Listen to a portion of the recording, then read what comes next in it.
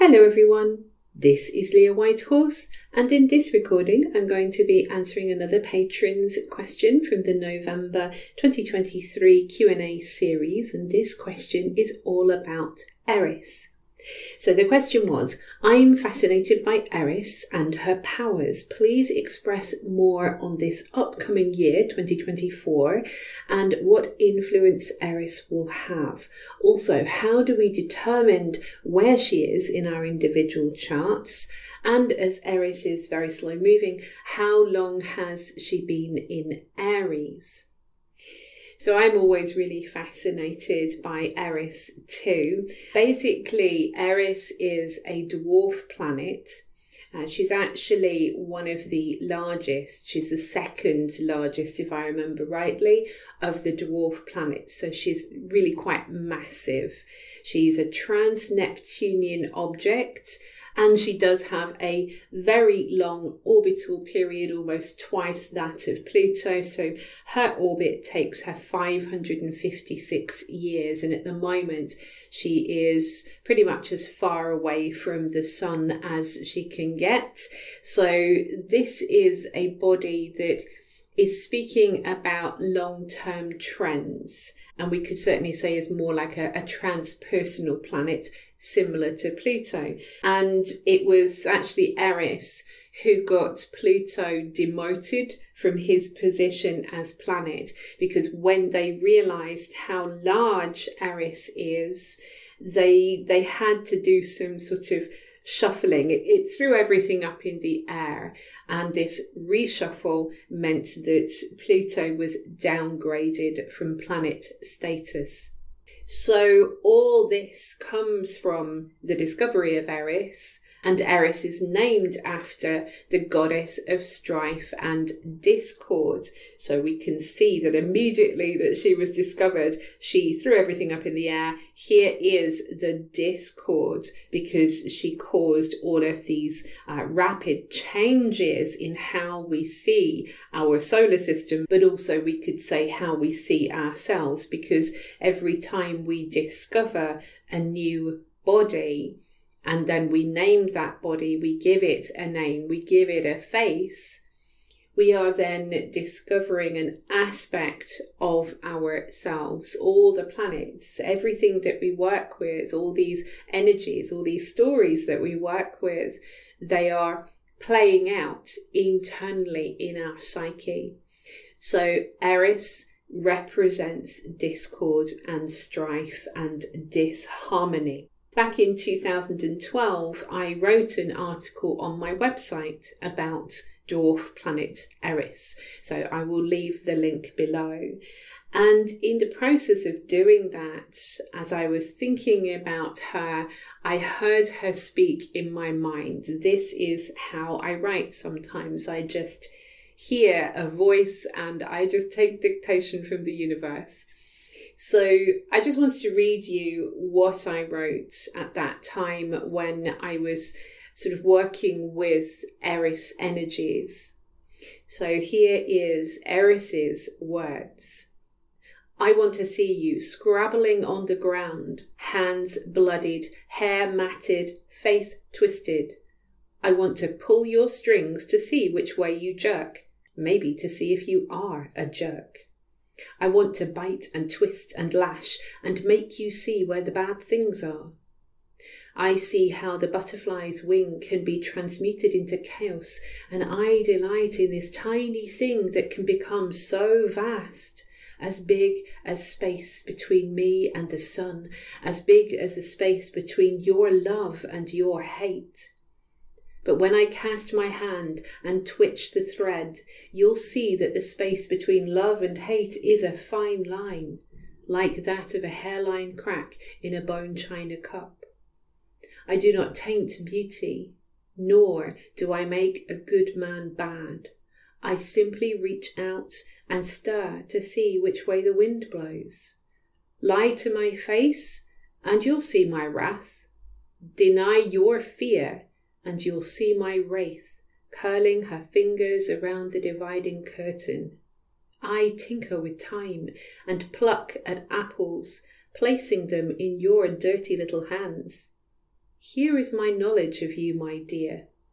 Is it what you wanted to know?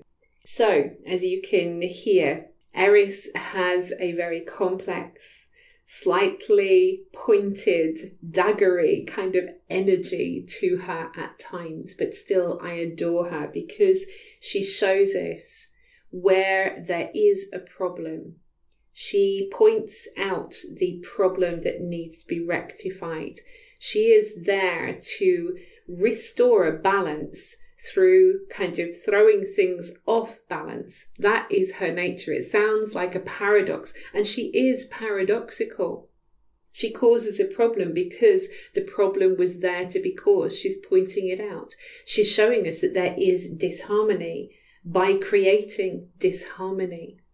So in many ways, she is rather like a mirror, and it's uncomfortable. It is an uncomfortable energy at times. In the myths, mostly where we draw our interpretation from is the story about Eris basically being the cause of the Trojan War. So Eris was snubbed. There was a big party. I think it was Peleus and Thetis. So there was this big party. Everyone's going, everyone's invited, except Eris. So she was really angry about this. And so she turned up anyway, and she started a fight. And the way she did this was that she threw an apple into the field, into the mix, and said it was for the fairest of the goddesses. So there was Hera and Athena and Aphrodite.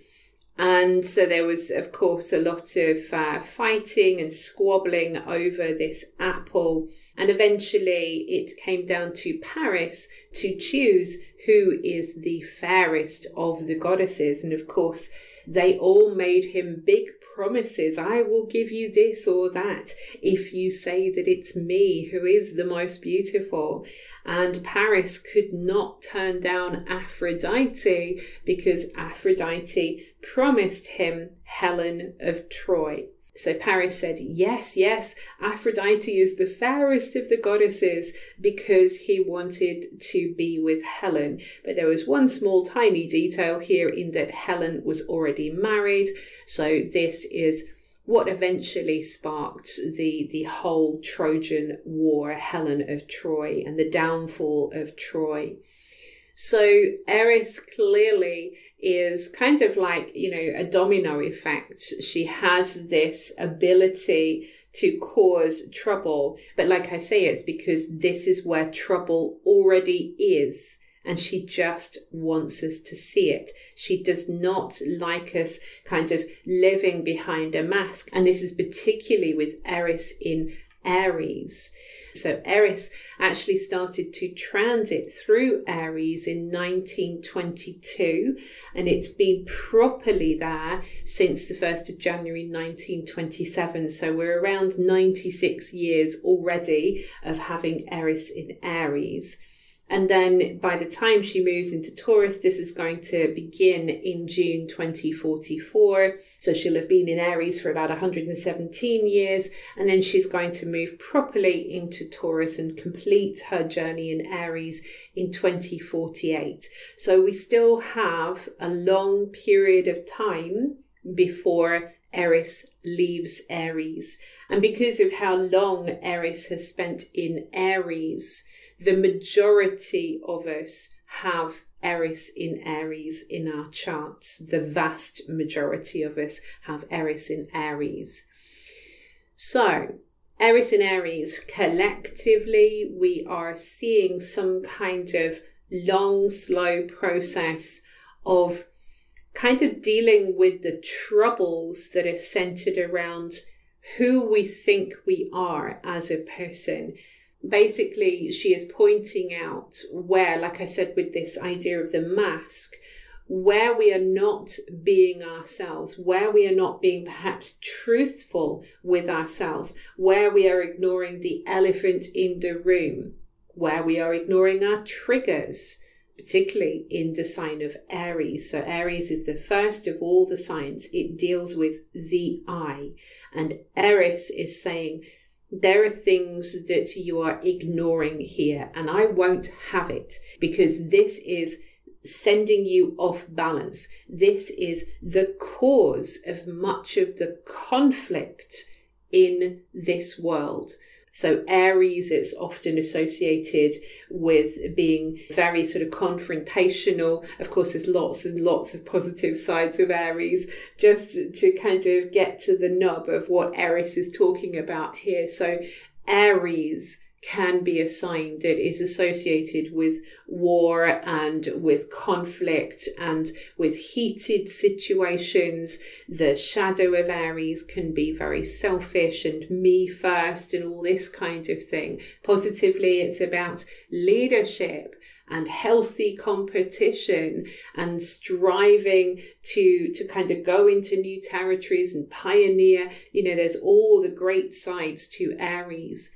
But the shadow is what Eris is working on, and she needs us to see, because of this long passage through Aries, she needs us to see that we are actually much stronger when we kind of drop this mask, when we deal with our triggers and the inner discordance. So it's about recognizing this discordance, and this is on a collective level.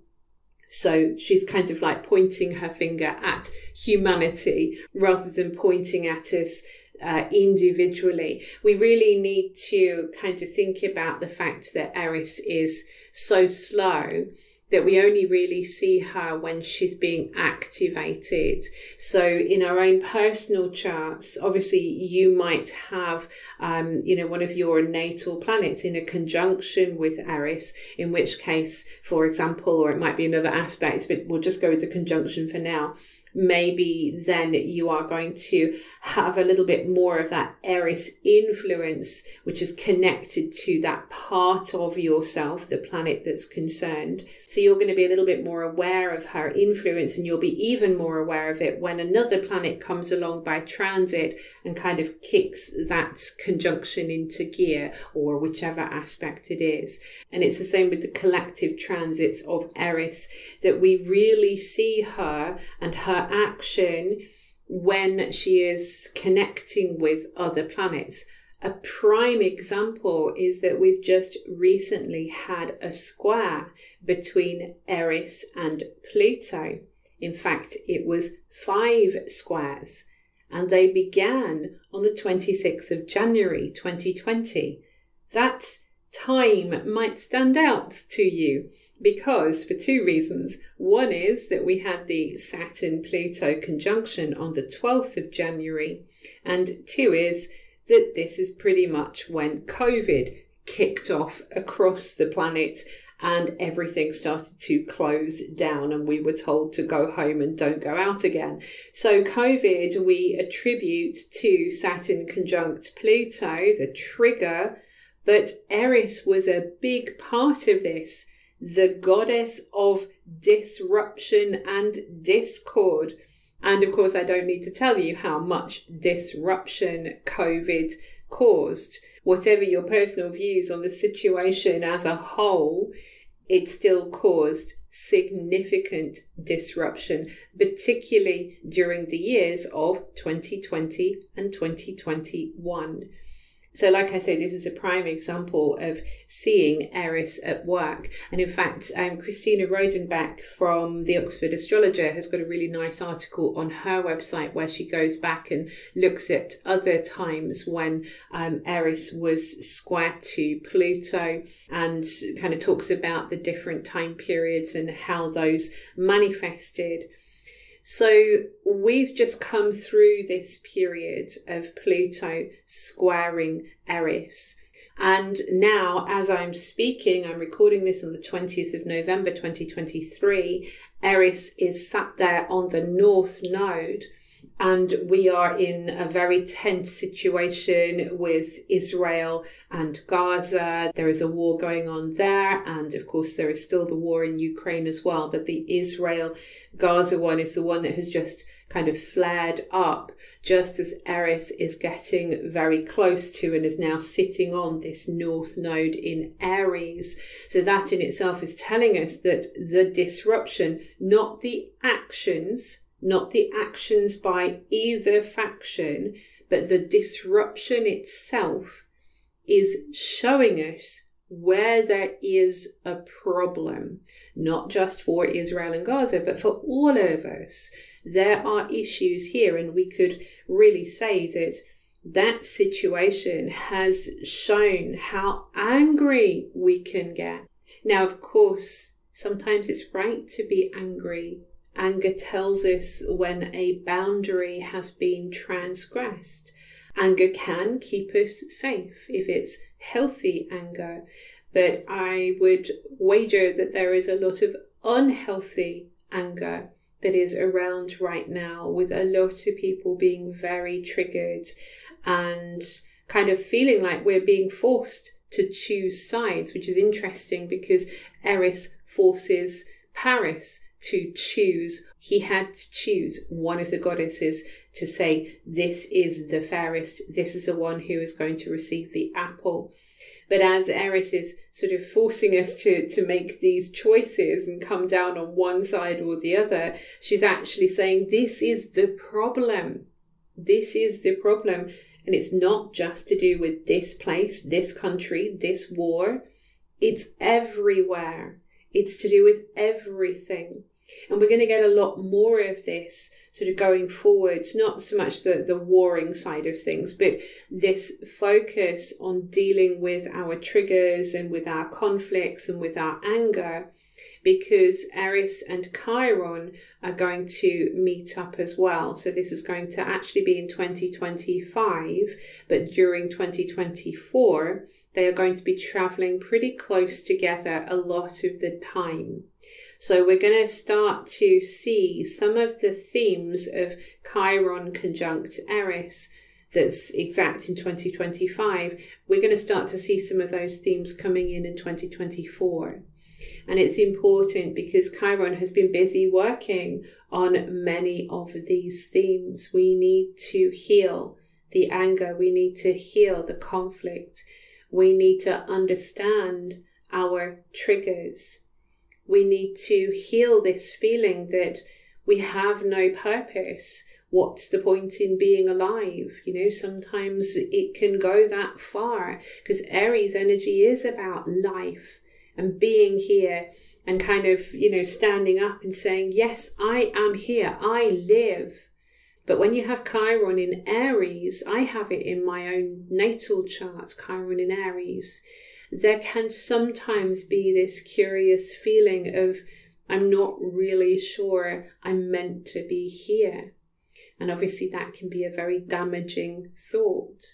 So Chiron in Aries now, the transit of Chiron in Aries now, is trying to heal a lot of these themes. It's also trying to heal a lot of the themes around what we define as masculine. Aries is a masculine sign. I don't want to get too into the gender debate here, but Aries, a lot of this, how men are meant to be.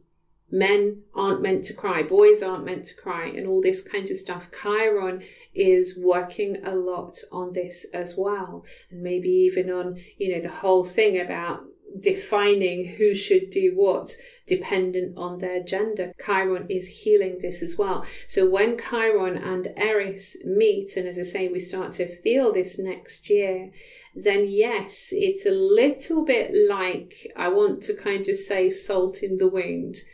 Like Eris is really going to make a point and say, if this hurts, if this is sore, please sort it out. Do something about it, because this is what is holding you back, or this is what's making you feel like you have no confidence, or this is why you can't assert yourself, or this is why you get triggered and why you get angry and why you go off at somebody for no reason. You know, Eris is kind of pointing all of this out, and so we get this kind of salt in the wound kind of scenario. But it is a good analogy because salt is cleansing. It's a preservative and it's also cleansing. So although it's a little sore, and she is pointing out these sore spots with the conjunction to Chiron, she's also almost like adding to Chiron's healing abilities. And it's almost like healing through disruption, healing through disharmony. Maybe we could say that there are always situations in life where we go through something really, really difficult, and had we not been through that, we wouldn't have healed the problems that we healed, and we wouldn't have maybe found out about our strengths, because that's another side of Aries, of course, that it's to do with feeling strong.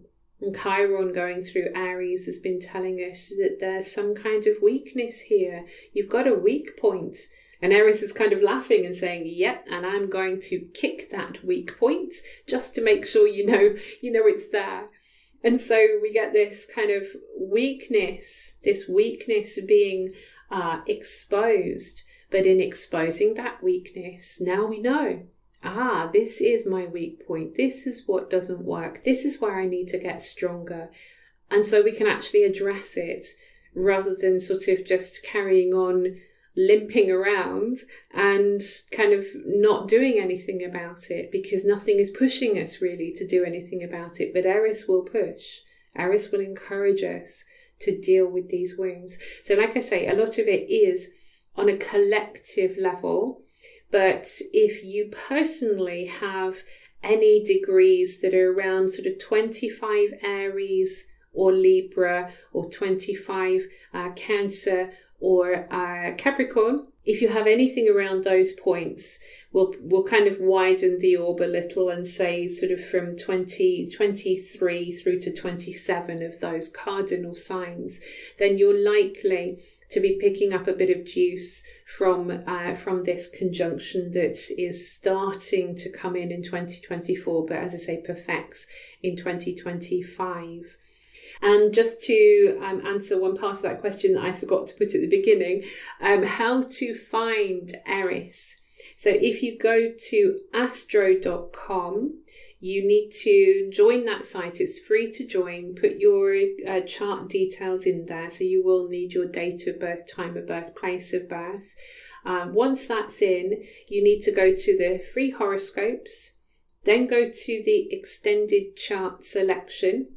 Then you scroll down that page until you come to additional objects, and under common elements you will find Eris. So once you click on Eris and then click show the chart, then you will see Eris placed on your chart.